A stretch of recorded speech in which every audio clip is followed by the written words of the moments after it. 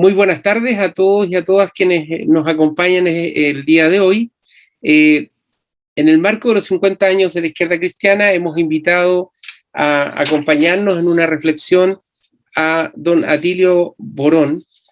Don Atilio Borón es sociólogo, es politólogo, es catedrático y escritor argentino. Él se ha caracterizado por sus luchas antiimperialistas y por su compromiso por la construcción del socialismo en América Latina. Ha escrito decenas de libros y cientos de papeles o artículos académicos, paper como les gusta decir a los académicos, y nos acompaña esta tarde. Le damos la bienvenida a don Atilio, muchas gracias por estar con nosotros, estamos muy contentos de su presencia hoy acá. En nombre de la Izquierda Cristiana, un gran abrazo para usted. Bueno, buenas tardes, Fernando, amigas, amigos. La verdad, un placer muy grande participar en esta celebración de la izquierda cristiana. La verdad, yo tuve la suerte de estar en Chile en esos años cuando nació la izquierda cristiana, así que me recuerdo a toda aquella época con mucha emoción. De manera que, bueno, quería felicitarlos por esta larga trayectoria y seguramente por el papel que a futuro van a seguir desempeñando en Chile. El objetivo de mi conversación de hoy es plantear un panorama, ¿verdad? Abuelo de pájaro, de las grandes transformaciones que están conmoviendo al sistema internacional y que plantean para América Latina enormes desafíos, ¿verdad? Por supuesto también oportunidades, no solamente problemas, también algunas posibilidades que se abren y que antes eran posibilidades que estaban de alguna manera clausuradas o inéditas. ¿A qué me refiero?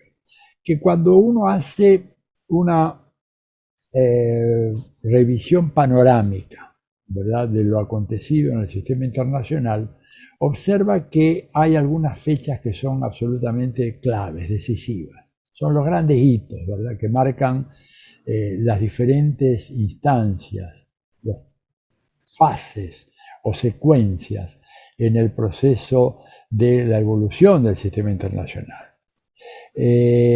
A riesgo de simplificar de manera muy gruesa esta etapa, yo diría que la primera etapa está marcada por dos tremendos acontecimientos que fueron los bombardeos de Hiroshima y Nagasaki, 6 y 9 de agosto de 1945, que fueron el preludio a la inmediata rendición incondicional de Japón, ¿verdad?, y que de alguna manera fueron el trabajo de parto del orden bipolar, del llamado sistema internacional bipolar, que se institucionaliza al terminar la Segunda Guerra Mundial con la presencia de dos bloques, ¿verdad?, el bloque occidental liderado por Estados Unidos, con sus aliados atlánticos, ¿verdad?, los países europeos, con sus aliados en el sudeste asiático, fundamentalmente Japón, un Japón completamente derrotado, como la Alemania nazi, como la Italia fascista, y por otro lado la Unión Soviética y el conjunto de las así llamadas democracias populares, que en realidad era un cinturón protector para evitar futuras invasiones, como la que había, la cruenta invasión sufrida por la Unión Soviética a manos del ejército nazi y que cobró más de 20 millones de víctimas, ¿verdad? Bueno, ese sistema, ese orden bipolar, algunos autores en Estados Unidos le llaman el orden internacional liberal, así le llaman, por ejemplo, Kissinger o Brzezinski o Joe Nye, cualquiera, Krauthammer, cualquiera de los autores más importantes en Estados Unidos, hablan de ese orden internacional liberal, perdura con este equilibrio inestable, un equilibrio de terror, como se llegó a decir en un momento, debido a que eran dos potencias atómicas. No lo era la Unión Soviética a la salida de la Segunda Guerra Mundial, pero rápidamente la Unión Soviética pudo fabricar su propio arsenal atómico, lo cual tomó por sorpresa a Estados Unidos, que no pensaban que ese país devastado podía tener todavía resto como para producir un sofisticado arsenal atómico. No solamente eso, de repente la Unión Soviética toma la delantera en la carrera espacial, lanza el primer satélite artificial, luego el satélite con un ser vivo, la famosa perrita laica, luego con un hombre, Yuri Gagarin, ¿verdad? Esto provocó un shock brutal en Estados Unidos. Bueno, todos esos son hitos de ese periodo, pero ese periodo termina, yo diría que abruptamente, cuando se produce el derrumbe y la desintegración de la Unión Soviética. Diciembre del 91, enero de 1992. ¿Verdad? Ya había habido un preludio a todo esto, que fue en noviembre 9, la caída del año 1989, la caída del muro de Berlín. ¿Verdad? Eso de alguna manera fue la trizadura en el gran dique, y el dique se vino abajo, se desplomó por completo ya en enero de 1992, desaparece, ¿verdad? Desaparece sin que se dispare un solo tiro la Unión Soviética. Un acontecimiento realmente de una importancia enorme. Y ahí aparece, emerge lo que fue una segunda etapa que se pensó, por lo menos los académicos americanos pensaron que iría a durar durante un siglo.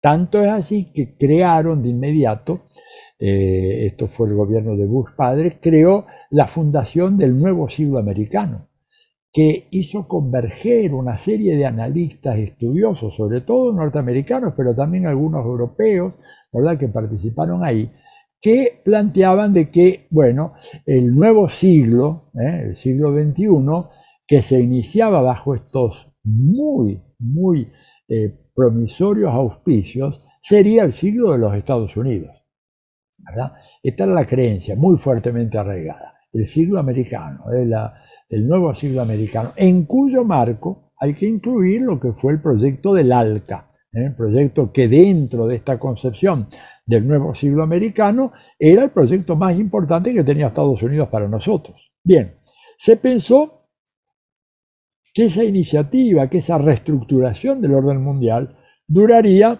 todo un siglo. En realidad apenas si duró 10 años.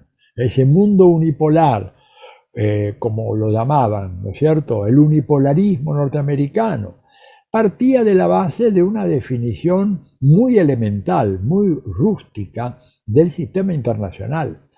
Partía de la creencia que Rusia, que durante 2 siglos y medio había sido un protagonista de primer orden en la escena política internacional, porque se derrumbó el modelo soviético, ya dejaría de ser un país con una gravitación internacional de primer orden, ignorando el hecho de que Rusia es un país que tiene un territorio inmenso, ¿verdad? A veces la gente no, para graficar un poco la idea, Rusia es casi tan grande como todo Sudamérica.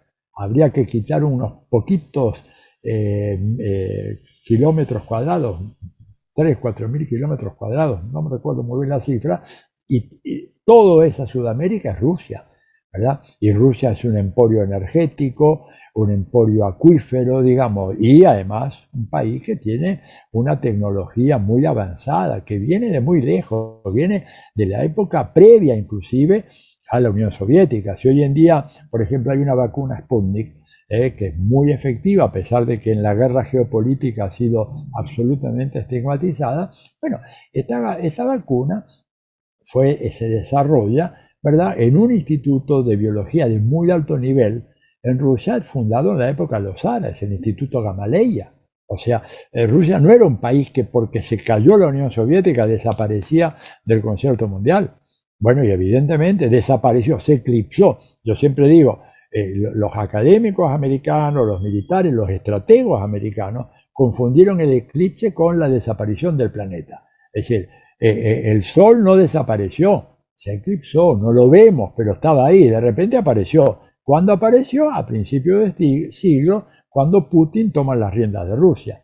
Entonces, ese proceso del predominio indiscutido de Estados Unidos, del unipolarismo norteamericano, se viene abajo a comienzos de este siglo. Y hay un hecho emblemático que lo grafica muy bien, el ataque a las Torres Gemelas y al Pentágono, ¿verdad?, que demuestra la ficción, la falacia de la invulnerabilidad de los Estados Unidos.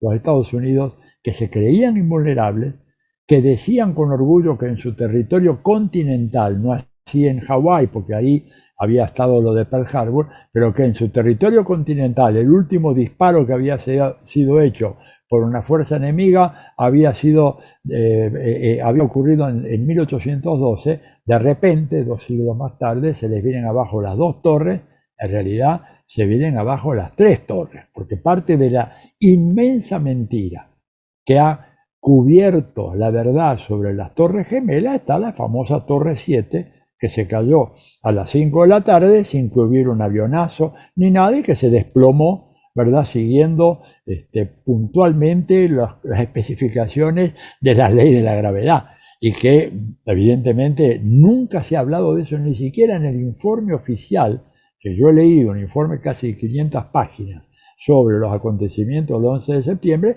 se menciona, sino al pasar en 3 o 4 oportunidades la caída de la Torre 7, que era una torre que albergaba, ¿no es cierto?, oficinas del Servicio Secreto de la Presidencia de Estados Unidos, algunas oficinas de la CIA, algunas oficinas del IRS, o sea, el Servicio de Impuestos Internos, que también se vino abajo. Bueno, pero no vamos a detenernos en este detalle. Lo cierto es que el 11 de septiembre, el 11S, marca el inicio de otra época. ¿Qué época? ¿Cómo la llamaron los especialistas, los estudiosos a esta etapa que se inaugura en ese momento? La transición geopolítica global. ¿Caracterizada por qué? Caracterizada por la proliferación de actores, que se incorporan, ¿verdad?, al juego internacional con diferente poderío, pero que ya comienzan a tener una presencia que no puede ser ignorada. O sea, ahí aparecen los BRICS, por ejemplo, como constelación de países que se juntan para hacer una especie de banco de inversión, ¿verdad? Brasil, Rusia, India, China y Sudáfrica. China comienza a aparecer como una potencia económica cada vez más importante en el terreno internacional. A medida que avanzan los años, Rusia se reafirma como un país crecientemente importante, primero en el ámbito europeo, luego en el ámbito del Medio Oriente, y aparece, digamos, también por ahí la India como un país con un desarrollo tecnológico y económico muy importante, a pesar de las desigualdades en el nivel de desarrollo, ¿verdad?, social de la India, y entonces se cristaliza la imagen de un mundo policéntrico multipolar en donde, pero la hegemonía estaba en manos de Estados Unidos. Pero ya no era como antes, ¿verdad? Ya no era como antes, en donde la presencia de la Unión Soviética disciplinaba de manera fulminante a europeos y japoneses, ¿verdad?, detrás del liderazgo americano. Ahora Estados Unidos, ¿verdad?, pasado el momento unipolar, el momento de gloria, de brillo, seguía siendo la potencia hegemónica, pero ya tenía que abrir un cierto margen de negociación porque no podía ignorar las presiones de China, los intereses de Rusia, los intereses de los BRICS, la aparición de grandes conglomerados de poder extraestatal, ¿verdad? El crimen organizado, por ejemplo, el tema del narcotráfico, el terrorismo, el fundamentalismo islámico, o sea, nuevos actores que emergen para darle una enorme complejidad al sistema internacional. Y ahí Estados Unidos se encuentra en problemas. La respuesta que Estados Unidos da a los ataques a las Torres Gemelas y al Pentágono fue una respuesta que no colaboró para resolver en términos positivos los nuevos desafíos del sistema internacional.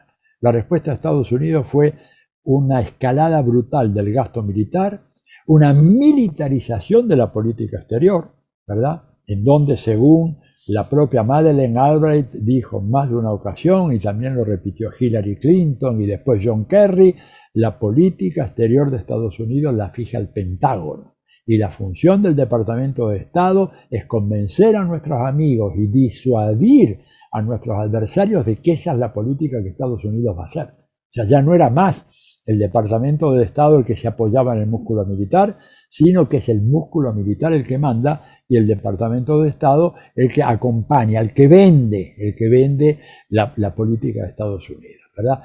Y eso lo lleva a Estados Unidos a inmiscuirse en guerras y sobre todo meterse en el pantano interminable y fatal de Afganistán, que después de 20 años, ¿no es cierto? Después de 20 años, termina Estados Unidos huyendo de Afganistán y dejando ese país en manos de los sectores más recalcitrantemente reaccionarios, ¿eh? Descendientes de aquellos talibanes que Estados Unidos había entrenado para enfrentar la ocupación soviética de Afganistán, ¿verdad? Y que reaparecen ahora y que lo estamos viendo en las noticias de estos últimos días con algunos de aquellos gestos y algunas de aquellas políticas que tanto repudio generan, por ejemplo, impedir que las niñas vayan a la escuela secundaria. El papel de las niñas apenas es ir a la escuela primaria, aprenderla a sumar y a restar, algunas cuestiones muy elementales de lengua y de historia y punto y nada más. Y es uno de los temas que se está debatiendo hoy. Pero bien, la retirada de Afganistán, sobre todo la forma como se produjo la retirada, habla de una derrota en todos los frentes. Yo no quiero entretenerme porque quiero hacer de esto un punto de diálogo, ¿verdad? Pero basta mirar las primeras planas del Wall Street Journal, New York Times, Washington Post, el día 16 de agosto, o sea, el día después del 15, que es cuando cuando cae Kabul y se empiezan a retirar desordenadamente las tropas de los Estados Unidos, hablan claramente del fin de una época. E inclusive autores, ¿verdad? Como Carl Haas, creo, no me acuerdo exacto, discúlpenme el nombre en este momento, pero es quien dirige el Council of Foreign Relations, publica un largo artículo antes de la caída de Kabul, pero después del ataque de aquellas hordas de derechistas al Congreso de los Estados Unidos, diciendo Estados Unidos ha profundizado su crisis y su declinación.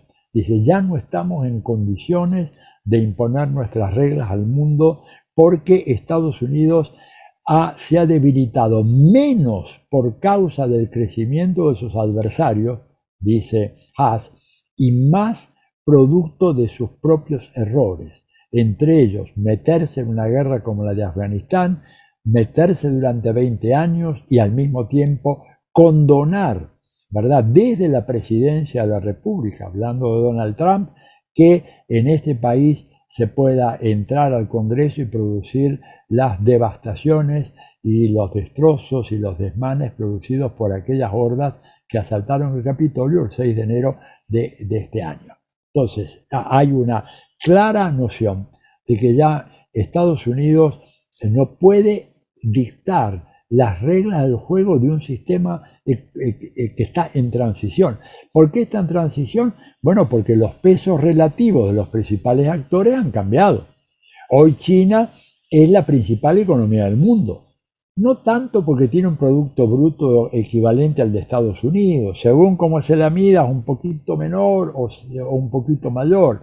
Si se lo mide por el criterio de la paridad de poder adquisitivo, es un poco más grande. Si se lo mide por el criterio del ingreso medido en dólares, es un poquito más chica. Pero no cabe duda de que China es la locomotora de la economía mundial. Y esto evidentemente tiene consecuencias, tiene ramificaciones políticas, sin la menor duda, ¿verdad? Y por eso me parece que hay que tener en cuenta esa realidad. Hay que readecuarse ante esos desafíos. Y Rusia, ¿verdad? Bueno, Rusia resurgió con mucha fuerza y reaccionó de manera muy enérgica ante el acoso de los Estados Unidos. Acoso que hay que decir fue cuestionado por algunos de los más lúcidos analistas norteamericanos. No digamos ya Noam Chomsky, ¿verdad?, que ha venido diciendo esto hace mucho tiempo, ¿verdad? Pero qué sé yo, John Mearsheimer, por ejemplo, profesor de la Universidad de Chicago, escribió varias notas hablando de que si a Estados Unidos le hicieran lo que Estados Unidos y la OTAN le hicieron a Rusia, no hubiera reaccionado con tanta serenidad como reaccionó Putin ante la agresión que la OTAN estaba haciendo en contra de las mismas fronteras de Rusia y sobre todo en Ucrania, que es una pieza fundamental, ¿verdad?, en todo este entramado geopolítico de Europa Oriental. Ucrania, no nos olvidemos, es un país que tiene una relación muy, muy especial con Rusia. De hecho, una parte importante de Ucrania es ruso parlante y además se identifica más con Rusia que con Ucrania. La Iglesia ortodoxa rusa tiene su, como decir, su Vaticano en Kiev. No lo tiene ni en Moscú ni en ninguna ciudad rusa, sino en Kiev. Y hay una relación histórica que tiene siglos, ¿verdad? Bueno, y que con el golpe que se instrumentó en contra de Yanukovych en la época de Obama, se instaló ahí un gobierno títere profundamente antirruso, dando lugar a eso que Putin llamó la rusofobia. Bueno, y Rusia reaccionó con energía, de una manera tal que se volvió a apoderar de la península de Crimea, que es fundamental. ¿Quién hubiera pensado hace 15 años, 20 años, que Rusia podía pegar un manotazo y quedarse con la península de Crimea? Claro, y es una península estratégica porque ahí es donde está la base de la flota de mar para salir luego al Mediterráneo que tienen los rusos y que de alguna manera se habían quedado con el producto, como producto del derrumbe de la Unión Soviética sin esa válvula de escape, sin esa ruta de salida. Entonces, y Putin lo hizo y a pesar de hacerlo, sí hubo sanciones económicas, campañas diplomáticas, pero nadie, ¿verdad?, lanzó una operación militar en contra de Rusia. Entre otras cosas, ¿por qué? Bueno, porque la tecnología militar rusa es tan avanzada y en algunos terrenos es más avanzada que la de Estados Unidos. Entonces, todo esto ha dado lugar a un movimiento de las placas tectónicas del sistema internacional. Y hoy en día ese sistema internacional se conforma, ¿verdad?, o se puede resumir o sintetizar en la imagen gráfica de una mesa de 3 lados. Ya no es la vieja imagen con la cual yo he estudiado y que yo he enseñado durante muchos años, una larga mesa en donde en una cabecera estaba Estados Unidos sentado estableciendo las reglas, inclusive estableciendo las reglas a las cuales tenía que adaptarse la Unión Soviética en su momento, y China, etcétera, ¿verdad? Las reglas del orden mundial, de ese orden internacional liberal, que de alguna manera el presidente Biden, en una nota que escribió antes de la elección presidencial del año pasado, dice que si él es electo, si fuese electo, él haría una convocatoria a los principales líderes del mundo a sentarse en esa larga mesa y desde la cabecera Estados Unidos establecería cuáles son las reglas del juego de ahora en adelante. El diagnóstico es profundamente equivocado porque esa mesa ya no está más. El personal de maestranza se llevó a la mesa y en su lugar puso una mesa de 3 lados. En un lado está sentado Putin, en el otro está sentado Xi Jinping y en el otro está sentado el presidente de los Estados Unidos, Joe Biden. Esta es la realidad. ¿Y por qué eso? ¿Por el peso económico de China? Bueno, en parte, pero el peso económico de China es más que nada resultado de que China, como dijo el expresidente Jimmy Carter, le ha sacado ventaja en algunos terrenos claves a los Estados Unidos, en materia de inteligencia artificial, en materia de tecnología informática, en materia, ¿no es cierto?, de telecomunicaciones. Y esa es la razón por la cual China es competitiva, más allá del tamaño de su economía, la fórmula especial que tiene ese socialismo de mercado o ese socialismo con rasgos eminentemente chinos. Hay muchas maneras de determinar eso, pero lo cierto es que China en algunas áreas clave está a la cabeza de los Estados Unidos, en registros de alta tecnología. Pues verdad que prácticamente China no figuraba hasta hace 10 años, hoy en día tiene muchas más patentes que los Estados Unidos. Hay informes oficiales, después podemos ver eventualmente alguna lámina. China gradúa por lo menos 6 o 7 veces más ingenieros en computación por año que Estados Unidos. Esto es un dato objetivo duro en el mundo de alta tecnología de hoy. Esto es un dato de una importancia extraordinaria, ¿verdad? Entonces, lo que hay hoy es una nueva tríada que está en la cúspide del sistema internacional y que abre las posibilidades, ¿verdad?, para que los países de la periferia puedan establecer vinculaciones con cualquiera de estos 3 actores y en función de un cálculo de, bueno, ventajas prácticas, interés nacional, etc. Ya no es Estados Unidos la única referencia que tiene un país como Chile, o un país como Argentina, o como Colombia, no digamos Cuba, Venezuela. Y ahora hay una posibilidad de hacer un juego mucho más amplio. Y Estados Unidos está tratando en ese nuevo contexto muy desfavorable para ellos, porque uno podría decir, bueno, pero antes también había una tríada, ¿eh? Estados Unidos, la Unión Europea y Japón. Sí, claro, pero una tríada en donde había acuerdos fundamentales, había un consenso básico fundamental. Acá no lo hay. Es decir, China es completamente ajena a la tradición cultural de Occidente. Lo que para nosotros son parámetros fundamentales de nuestra propia identidad histórica, ¿verdad? La Ilustración, el Renacimiento, la Reforma Protestante, la Revolución Francesa, son cuestiones muy lejanas y de escasa gravitación en el imaginario popular chino y en la cabeza de la dirigencia china. En Rusia un poco menos, pero Rusia de verdad, como lo dijo muy bien en términos muy poéticos, Octavio Paz hace muchos años, en un libro realmente impresionante que él escribió, se llama El Logro Filantrópico, que tiene tesis con las cuales yo no estoy de acuerdo, pero bueno, Paz es un gran escritor, un maestro de nuestra lengua, pero él decía que era un error decir que Rusia estaba atrasada en relación a Occidente. Es decir, Rusia es arcaica, no es un atraso. Rusia es otra cosa. Rusia es una mezcla inestable de las tradiciones del despotismo oriental asiático, ¿verdad? Que desconocen toda aquella cosa que vino en Occidente con la Reforma Protestante, el Renacimiento y toda la Revolución Francesa, y la mezcla de algo, un componente europeo.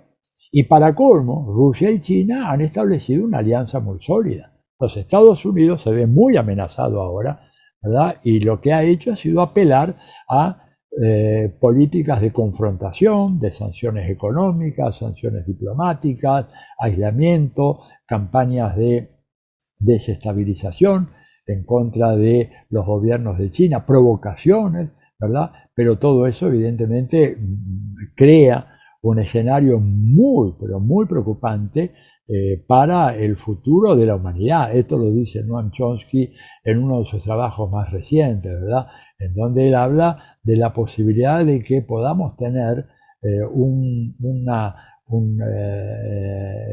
una guerra, se produzca una guerra termonuclear simplemente por accidente, porque hoy en día, ¿verdad? Los misiles intercontinentales tienen tal velocidad, son misiles hipersónicos, van mucho más allá que la velocidad del sonido, que le dan muy poco tiempo de respuesta, ¿verdad? A los países que están viendo venir, no sé, una andanada de misiles. Y entonces Michael Clear, que es un estudioso americano realmente muy lúcido, ha dicho que desgraciadamente en las condiciones tecnológicas de la guerra moderna, hoy quienes van a decidir si un ataque se repele con armas atómicas o no, no son los estados mayores de Rusia, de China, de Estados Unidos, van a ser estos aparatos, los computadoras que tenemos acá enfrente a nuestros ojos, nosotros ahora. ¿Por qué? Y dice Clear, porque el tiempo desde que se detecta la llegada de un enjambre de misiles aproximándose a las costas de California o aproximándose a San Petersburgo o a Beijing o a Shanghai, hasta que hay una reacción, no son más de 2 o 3 minutos. O sea, ni se pueden reunir los generales del alto mando. No se pueden ni siquiera reunir, no llegan. Y quien decide si eso es un ataque atómico o no y lo que vuelva a ser la respuesta, van a ser estos equipos. Y estos equipos pueden fallar. Se nos vino abajo el WhatsApp, ¿verdad? Hace menos de un mes, y ha habido cuantas de estas caídas. Y entonces Chomsky, con esto termino, plantea la necesidad de reducir ese riesgo. Y la necesidad pasa simplemente por el desarme nuclear. No hay de otra manera. Mientras haya tal cantidad de armas nucleares, ¿verdad?, dando vuelta por el mundo, fundamentalmente en manos de Estados Unidos y de Rusia, estamos en una zona de gran peligro. Bueno, y para los países de América Latina, termino aquí, bueno, hay posibilidad de establecer relaciones comerciales, diplomáticas, políticas, etcétera, que nos dan márgenes de maniobra superiores a los que teníamos en el apogeo de la hegemonía americana. Y quiero aclarar de que esto no significa de ninguna manera, porque lo he visto escrito en algunas partes, de que la hegemonía norteamericana vaya a ser reemplazada en el futuro inmediato por la hegemonía china o rusa. No hay la menor posibilidad de que tal cosa ocurre. Esto yo lo he venido diciendo hace mucho tiempo, hay escritos míos ya de finales del siglo pasado planteando esto. Yo creo que lo que estamos es asistiendo al fin de la era hegemónica en el sistema internacional. Es un sistema post-hegemónico, ¿verdad? Un sistema de condominio, ¿verdad? En donde ningún país tiene ahora la capacidad de imponer su voluntad como lo hizo durante tanto tiempo Estados Unidos, sobre todo en América Latina y el Caribe. Bueno, termino acá, Fernando, para dar lugar a que las compañeras, los compañeros que están escuchando puedan evacuar sus dudas. Muchas gracias, don Atilio. Vamos a invitar a que a través del chat puedan generarnos preguntas. Lo mismo vamos a revisar el Facebook Live para efectos de generar preguntas. Don Héctor Soto Bustos está pidiendo la palabra. Héctor, te activo tu audio para que formules tu pregunta. Gracias, buenas tardes, don Atilio. Buenas tardes. Un gusto escucharlos por acá. Le quiero hacer una pregunta bien específica que tiene que ver con China. ¿Qué relevancia le asigna a usted al abordaje económico de China en América Latina, en América del Sur específicamente, y en África, en inversiones en la minería, telecomunicaciones, obras públicas, por ejemplo, carreteras, embalses, y en energía? Bueno, etcétera, en varias inversiones que ha hecho el abordaje China. Gracias, Héctor. Mira, mucha relevancia. Yo decía que no es tanto que la economía china sea muy grande, ¿verdad? Que sí lo es, y esto es muy importante. Lo más importante es que la economía china hoy es la primera socia comercial o financiera de 144 países. Este es el tema. Este es el tema que preocupa a Estados Unidos. Porque el tamaño de la economía china sí tiene su gravitación enorme, pero lo que pasa es que China ha tenido una política muy agresiva, en el sentido agresividad comercial. Tiene recursos, tiene capacidad de ahorro, ¿verdad? China es uno de los países que tiene mayor cantidad de reservas de los dólares norteamericanos, ¿verdad? Lo cual es una ventaja y una desventaja, pero como sea, habla de un país con una enorme capacidad de ahorro. Tiene un nivel de endeudamiento muy bajo, China. Estados Unidos tiene un endeudamiento público superior al Producto Bruto de los Estados Unidos. Y China tiene una concepción muy refinada del comercio internacional. Yo siempre digo, no nos olvidemos que los chinos fueron los que inventaron el comercio internacional. No fue Estados Unidos, ni fue España, ni Portugal, que a veces se dice.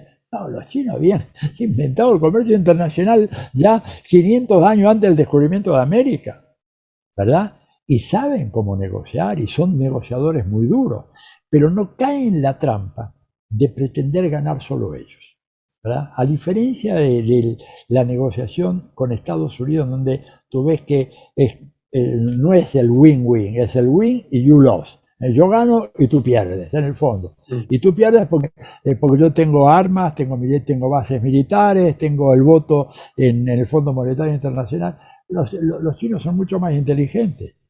Tienen recursos y entonces han penetrado muy profundamente en América Latina, muy profundamente en África, y están avanzando muy fuerte también en Asia. La caída de Afganistán, por ejemplo, para ellos es realmente miel sobre hojuelas. ¿Por qué? Porque les abre la posibilidad de un gasoducto directo entre Irán, gran productor mundial de gas y de petróleo, y la China. Directito pasan por Afganistán y entran a China, no tienen que dar las vueltas que van por, qué sé yo, por Kazajistán y los demás países, o meterse en los barcos ahí en el Golfo Pérsico, directo vienen. Y están dispuestos a hacerlo ellos. Y ya antes de que cayera Kabul, ellos recibieron a una delegación del nuevo gobierno afgano. que por supuesto no cuenta para nada con mi simpatía, pero bueno, ellos están haciendo negocios del interés nacional. China necesita energía. Afganistán es el lugar por donde pasa la energía. Bueno, van a hacer una política así. Entonces yo creo que, ahora, es una política que evidentemente los países nuestros tienen que reaccionar con cuidado también, porque la voracidad por recursos naturales que tiene China es impresionante. Claro, son 1.400 millones de personas, ¿verdad? Y China cumplió una proeza histórica, sacó de la pobreza a más de 800 millones de personas.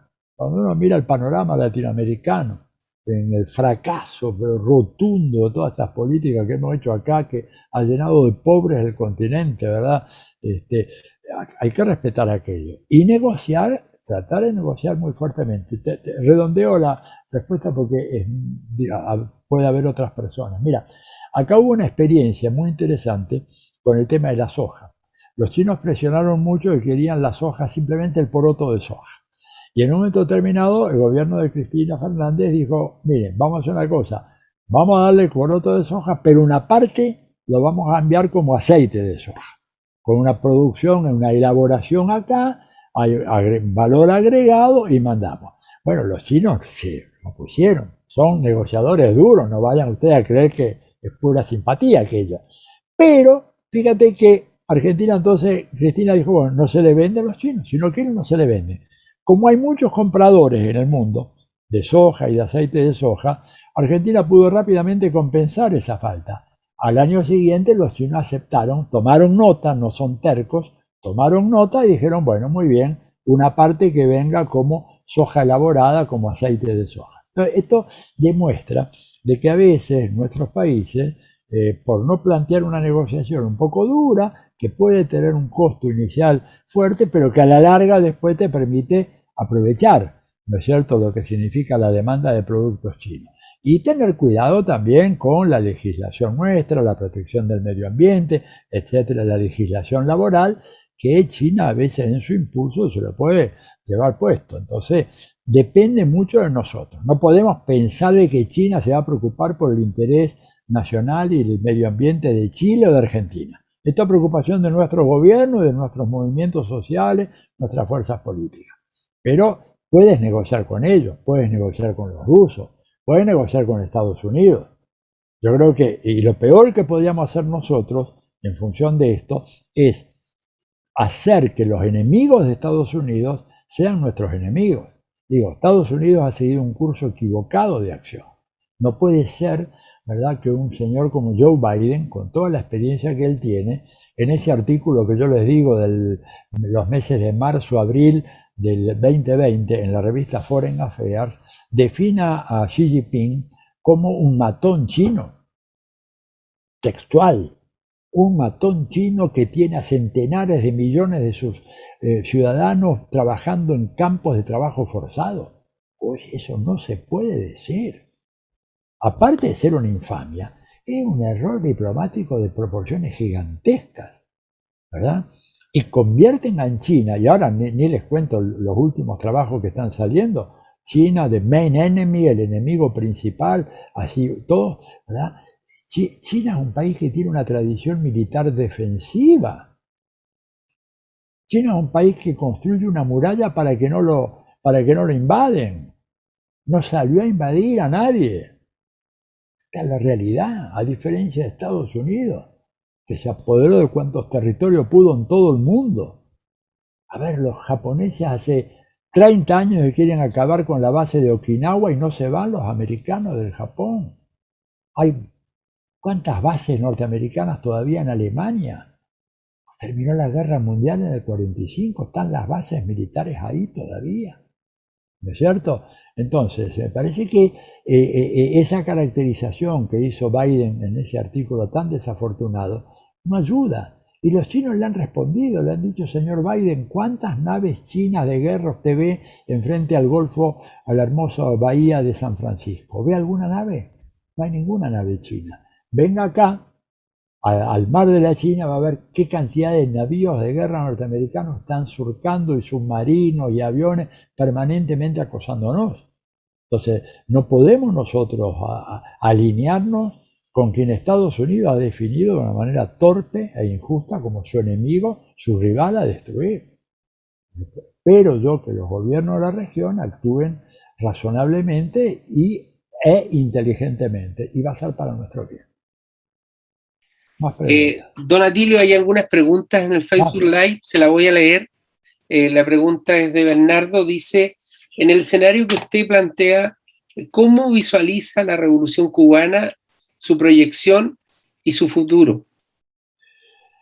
Y bueno, yo creo que para la Revolución Cubana esta reorganización del sistema internacional es una buena noticia, ¿verdad? De hecho, si Cuba todavía no ha sucumbido ante esta brutal agresión de Estados Unidos, de una maldad inconcebible, porque no tenemos que olvidarnos de que se intensificó el bloqueo con esas 243 decisiones ejecutivas de Donald Trump en el medio de la pandemia, ¿verdad? Lo cual habla de una maldad pocas veces vista en la historia. Si ha podido resistir Cuba, aparte del heroísmo de su pueblo, como todos conocemos, ha sido porque, bueno, Cuba ha tenido la ayuda, ¿no es cierto?, de China y de Rusia, en parte de Irán, sorteando algunos de los obstáculos más importantes que configuran el bloqueo que enfrenta Cuba. Es decir, se habla a veces de que hay problemas de suministro eléctrico en Cuba, claro que lo hay, porque resulta que Cuba tiene centrales termoeléctricas que funcionan sobre la base de derivados del petróleo, gasoil o fuel oil, depende cuál de las centrales. Y a veces los barcos no llegan, a veces no pueden llegar. A veces hay barcos que tienen que hacer un traspaso de carga en alta mar para llegar medios disfrazados a Cuba, digo, es una cosa tremenda. Y ahora, bueno, tienen un gran desafío. Ahora, Cuba está bajo una agresión permanente, lo estamos viendo, ¿verdad? Estados Unidos no se resigna, haga lo que haga Cuba, Estados Unidos va a atacar. No hay manera de calmarlos. Yo creo que esto viene ya desde épocas muy lejanas. Fue el que a la larga fue presidente de los Estados Unidos, que fue John Adams. Cuando John Adams lo mandan a Londres, después de que terminó la primera fase de la guerra entre las 13 colonias y la corona británica, Adams va allá para negociar un nuevo acuerdo comercial. Y entonces estuvo ahí varios meses y finalmente logró que se restablezcan las relaciones comerciales entre las colonias y el gobierno de Su Majestad. Y manda una carta muy interesante diciendo, bueno, debemos celebrar esto, vamos a normalizar esas relaciones, va a ser bueno para nuestro naciente país, pero advierto que hay un peligro muy grande, y es que la corona británica tiene muchas posesiones coloniales en el Caribe, lo cual torna imprescindible que cuanto antes sea posible incorporemos a la gran isla de Cuba la jurisdicción de los Estados Unidos. Estamos hablando de 1782, 1783. ¿Verdad? Yo por ahí digo un poco humorísticamente, no había siquiera nacido el tatarabuelo de Fidel y estos ya estaban con la obsesión de quedarse con Cuba, ¿verdad? Porque Adams veía que evidentemente era un peligro para las 13 colonias el hecho de que hubiera todas estas islas en el Caribe que fueran dominios de la corona británica. Entonces, Estados Unidos no va a aflojar eso, no ha producido ninguna modificación en lo que es la política muy reaccionaria en contra de Cuba, y lo que yo digo es que, bueno, si el experimento cubano es tan malo, bueno, levanten el bloqueo para que se caiga por su propio peso. Si la cosa aquella tan mala, tan horrible que la gente quiere huir despavorida, levanten el bloqueo y a ver cómo se las enseña Cuba. Se le da 5 años de plazo a ver si efectivamente cómo reacciona. Cosa de Estados Unidos no lo va a hacer jamás. Porque Estados Unidos sabe muy bien de que Cuba es un pésimo ejemplo y que a pesar del bloqueo resulta que el único país latinoamericano que tuvo capacidad para desarrollar vacunas en contra del COVID, lo cual nos debería avergonzar a argentinos, chilenos, mexicanos, brasileños, colombianos, que sin bloqueo no hemos podido desarrollar una sola vacuna y ellos con bloqueo la han desarrollado. y en general han tenido, tienen la vacuna, pero no les dejan llegar las jeringas para inyectar la vacuna. O sea, es una maldad terrible. Entonces, yo creo que si Cuba es dejada, digamos, se levanta el bloqueo, no tengo la menor duda de que habría una apertura política muy significativa. Pero no puede haber una apertura política significativa. Y acá voy a citar un autor muy extraño, muy ajeno a la tradición del pensamiento socialista, San Ignacio de Loyola, el fundador de la orden jesuita, cuando dijo, en cada ciudadela sitiada, cualquier disenso se convierte en herejía.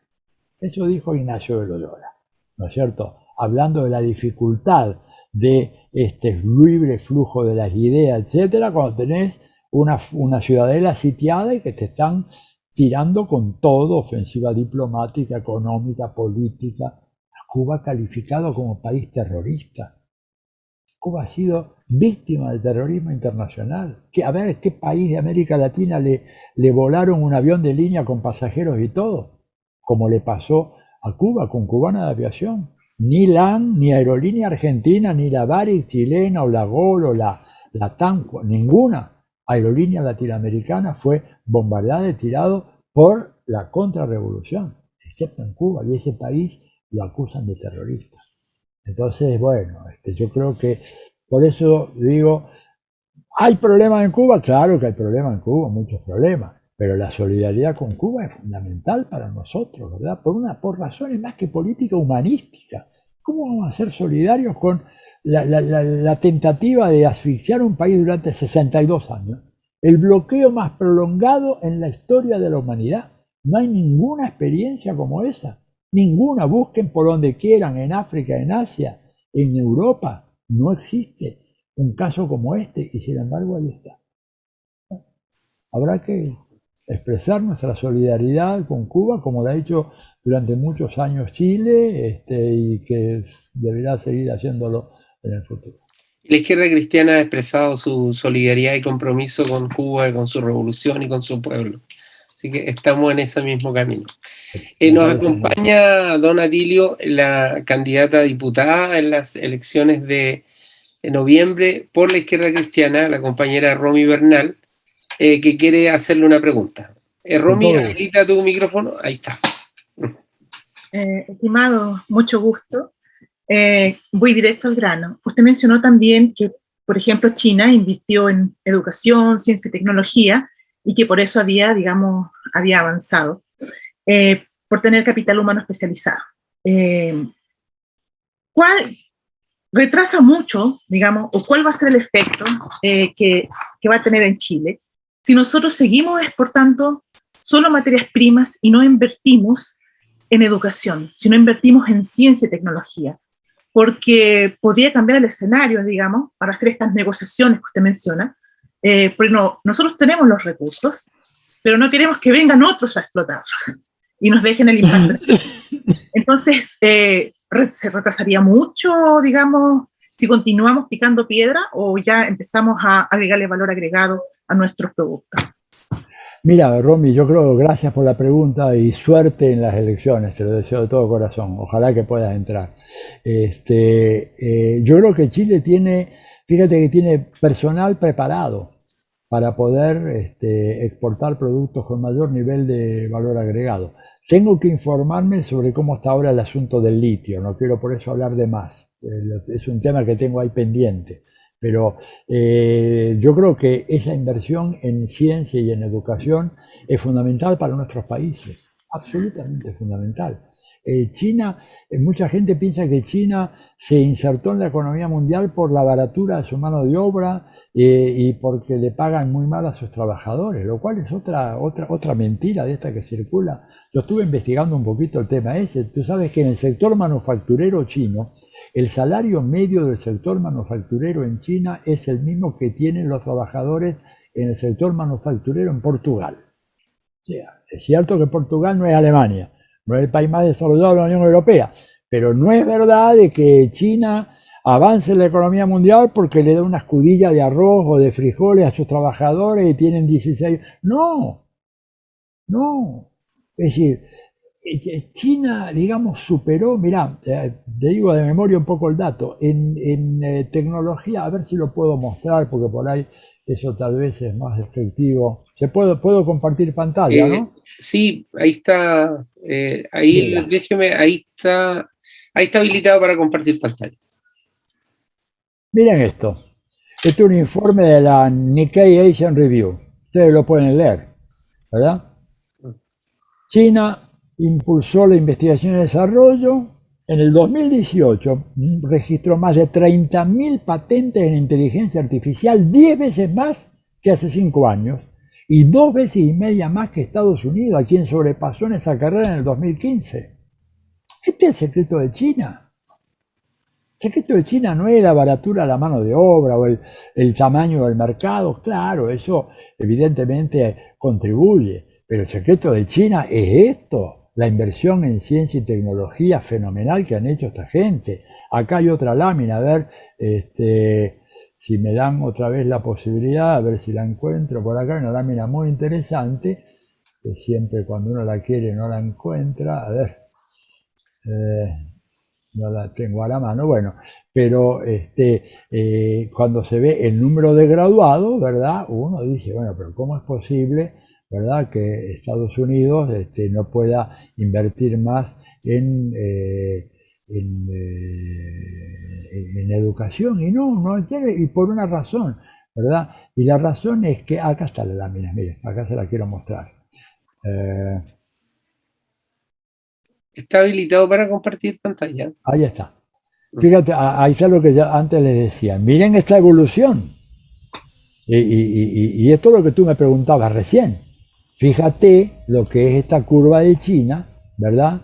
Que a principios de siglo, en el año 2000, China tenía un poco más, ¿verdad? Estados Unidos tenía unos 140.000 graduados, China un poquito más de 200.000, pero ya en el 15, China tenía casi 1.200.000 y Estados Unidos todavía no llegaba a los 200.000 graduados.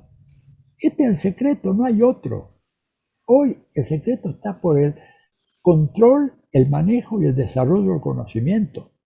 Esto es lo que realmente permitió a China avanzar, y por eso es tan importante, ¿no es cierto?, tu pregunta, Romy, y creo que hay que hacer un esfuerzo. Y Chile además tiene una tradición, ¿verdad?, muy importante de investigación y de desarrollo científico. Lo que pasa es que los gobiernos neoliberales no han alimentado eso.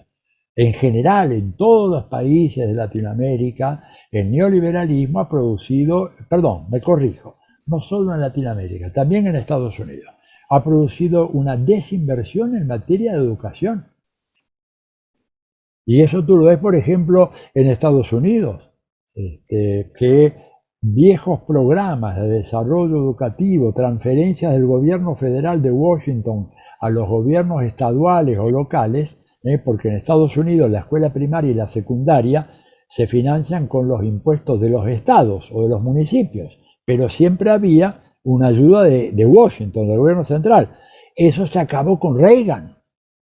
Se acabó con Reagan y se produjo una caída a plomo, ¿no es cierto?, de la calidad de los chicos que egresan. Yo he enseñado muchos años en Estados Unidos, después de Reagan, y te digo que yo he tenido alumnos en el MIT, por ejemplo, que yo no podía creer cómo escribían tan mal en inglés.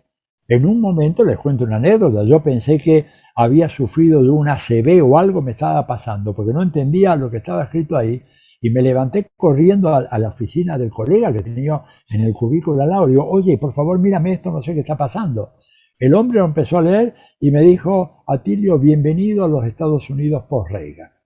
Este chico que te presenta este take home, este examen domiciliario con ese horror en materia de inglés, jamás hubiera sido admitido al MIT, que es una de las escuelas del liderazgo de Estados Unidos. Sin embargo, está entre los mejores que teníamos. Claro, combínate eso con el hecho de que la mitad más pobre está, el 50% de menor participación en el ingreso de Estados Unidos, ¿verdad? Prácticamente no ha mejorado su participación en el ingreso nacional en los últimos 40 años. Que el ingreso medio de la familia americana, hablemos de la familia blanca, porque la de los negros y latinos más bajo, de la familia blanca, tal como lo dice el censo, ¿no? White families, ¿no? El ingreso medio de esa familia está en el orden de los $65.000 por año. Y pregúntate cuánto te sale una matrícula para enviar a tu hija o tu hijo o a tus hijos a una universidad de primera línea. Respuesta, promedio $70.000 a $75.000 al año. Por 2 niños, $150.000. Por 4 años, $600.000. ¿Cómo hace esa familia? Pues no lo manda. El paisaje humano que yo he visto en las universidades norteamericanas de élite en los últimos años está conformado cada vez más por orientales, por chinos, por coreanos, por malayos, por tailandeses. ¿Por qué? Porque allá hay programas de apoyo a la ciencia y a la educación, fieles a la tradición de Confucio y toda esa tradición oriental que le pone tanto énfasis a la educación, y cada vez menos los famosos WASP, White Anglo-Saxon Protestant, los típicos habitantes de antes de Estados Unidos, que antes eran los excluyentes en las universidades. Y ahora no pueden. ¿Y por qué no pueden? Porque las familias no pueden pagar eso. A pesar de que el endeudamiento de los hogares americanos ha sufrido, digamos, un embate fenomenal, pero no alcanza. Es demasiada la diferencia. Pero claro, la educación es un negocio, como la salud es un negocio, como la seguridad social es un negocio, y cuando esas cosas se transforman en un negocio, el resultado es la decadencia, la declinación de los países. Por eso creo que ojalá que desde el Congreso tú puedas impulsar una legislación, ¿verdad?, que revalorice la tradición de investigación científica que tiene Chile, ¿verdad?, y que eso de alguna manera le repotencie el país para explotar mejor, aprovechar mejor, no explotar, no me gusta la palabra, aprovechar mejor los grandes recursos naturales que tiene Chile. Don Atilio, hay otra pregunta en el Facebook Live. Vamos. Verónica le pregunta lo siguiente. Su compatriota Francisco, en Fratello Tutti, plantea 2 ideas y quiere saber qué piensa usted de ellas. La idea 1 es la construcción de un nuevo orden mundial. La idea 2 es la sujeción de la economía a la política. Bueno, está en línea. A ver, lo primero es, lo segundo está claro en la tradición del pensamiento cristiano, ¿verdad? La economía al servicio del hombre. Yo recuerdo textos de la década del 50, del siglo pasado, Maritain, Emmanuel Mounier, ¿verdad?, que de alguna manera fueron inspiración para mucha gente del pensamiento cristiano de avanzada en Chile. La economía no puede ser estar guiada por el principio de la maximización del lucro. Eso es absolutamente contrario a la naturaleza del ser humano. Ahora, la construcción de un nuevo orden mundial me parece que es muy importante. El Papa en la reunión que tuvo ahora hace poco con los movimientos sociales estuvo muy firme en sus declaraciones. Pero desgraciadamente esto supone que hay un concierto internacional de naciones que apoyan esas iniciativas, las toman como propias. Pero desgraciadamente todavía no vemos eso, ¿no es cierto? Vemos países europeos que han estado acompañando a esas políticas tan salvajes que ha promovido Estados Unidos, ¿verdad?, el imperialismo norteamericano. No van a querer cambiar fácilmente el orden internacional, pero lo que dice Francisco es una realidad. Necesitamos, así, no puede ser que haya un orden internacional en donde una ley que apruebe el Congreso de los Estados Unidos se aplique en Chile y quien desobedezca pueda ir preso o ser objeto o sujeto de una sanción en Chile. O en Alemania o en Francia. Le pongo el caso, por ejemplo, de bancos que intervinieron en operaciones de comercio exterior en Cuba, en Irán y en Sudán, fueron sancionados por el gobierno de Estados Unidos con multas gigantescas, porque violan una ley de los Estados Unidos. Pero ¿desde cuándo una ley de Estados Unidos tiene que regular el comportamiento de un banco francés, un banco alemán, un banco chileno, un banco argentino? ¿Qué sistema es este? Claro, es un imperio. Bueno, pues necesitamos desarticular ese imperio. que los países tengan la capacidad para hacer, digamos, dentro de la ley, dentro de las normas morales, ¿verdad? Como quería Kant, obrar en función de lo que son sus preferencias, sus intereses. No puede Estados Unidos. Las sanciones fueron brutales. Al banco francés, el Paribas, ¿no es cierto? Casi 9.000 millones de dólares. Con la complacencia del gobierno francés. En ese momento estaba François Hollande y se limitó a decir que le parecía excesiva la multa a la cual había sido sometido ese banco, cuando debería haber dicho Francia no va a condonar jamás que se sancione un banco francés por hacer operaciones comerciales legítimas, válidas. ¿Cómo se lo va a sancionar? Porque a Estados Unidos no le gusta. Entonces, claro, hay que hacer ese nuevo orden. Francisco ha sido uno de los grandes promotores de todas estas ideas y por eso creo que su papado marca realmente un antes y un después, mismo en el sistema internacional, pero todavía queda un camino muy largo para seguir por delante. Estados Unidos no va a ceder fácilmente sus privilegios tradicionales. Don Atilio, permítanos una última pregunta antes de despedirlo.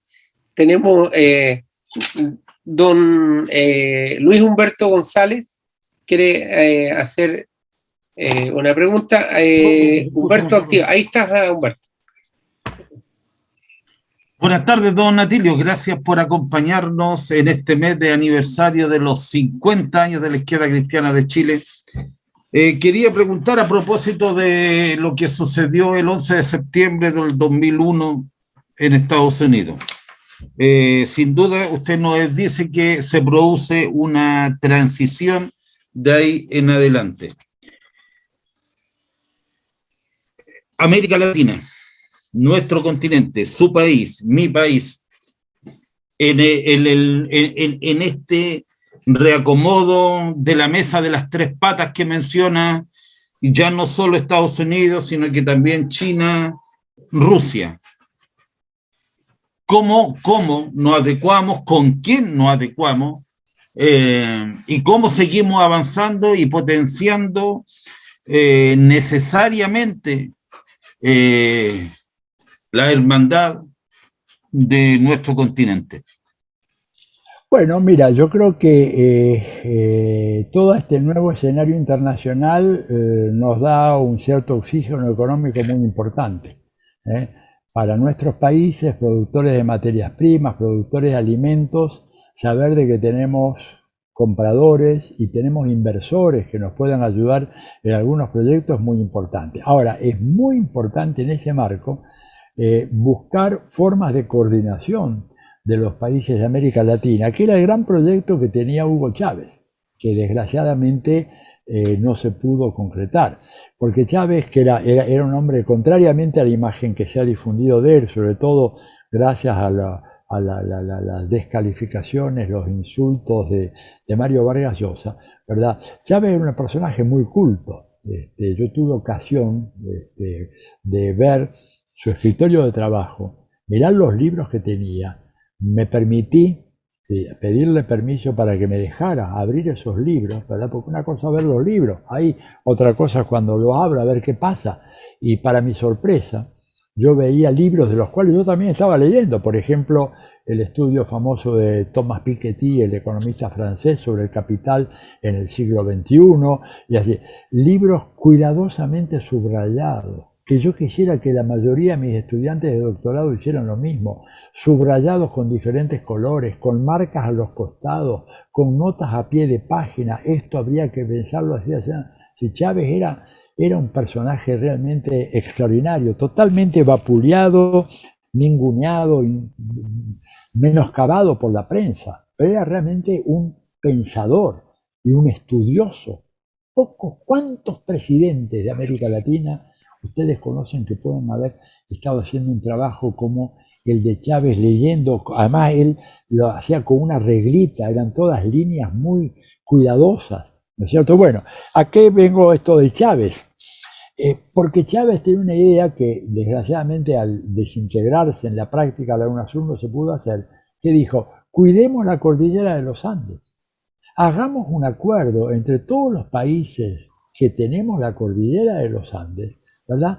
Para preservar, establecer un código común de conducta de las empresas que trabajan en la minería de la cordillera de los Andes para preservar la cordillera, para evitar la utilización de tecnologías destructivas del medio ambiente, de la flora, de la fauna, de las aguas, para establecer, por ejemplo, decía él, límites a la explotación del oro, porque, y tenía datos muy firmes, dice, el 92% del oro que se extrae de la cordillera de los Andes, destruyendo nuestra cordillera, se destina para operaciones de especulación financiera, para hacer lingotes de oro, para que luego los vendan los suizos allá en Basilea y hacer operaciones especulativas en los mercados mundiales.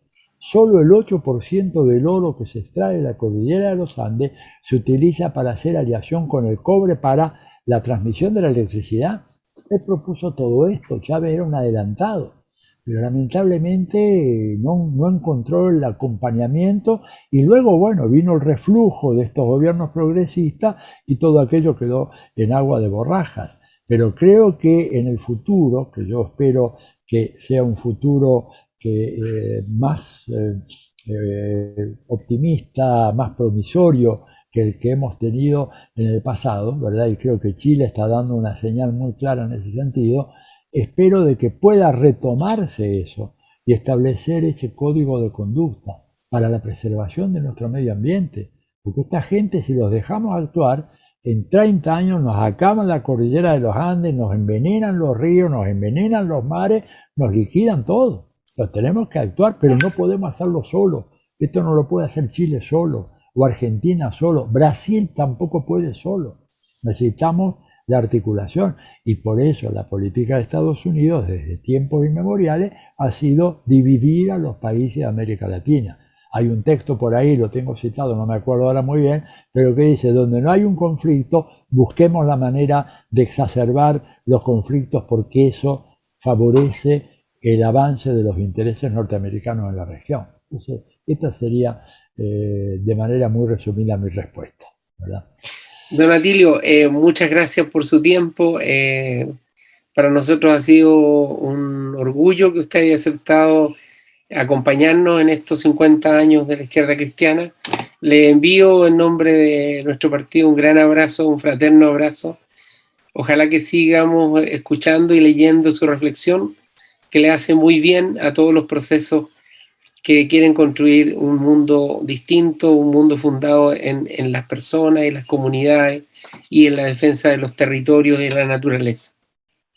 Bueno, Fernando, soy yo quien agradece, lamento no poder quedarme más, pero bueno, los invito a que yo tengo una página web, es atilioborón.com.ar, atilioborón.com.ar.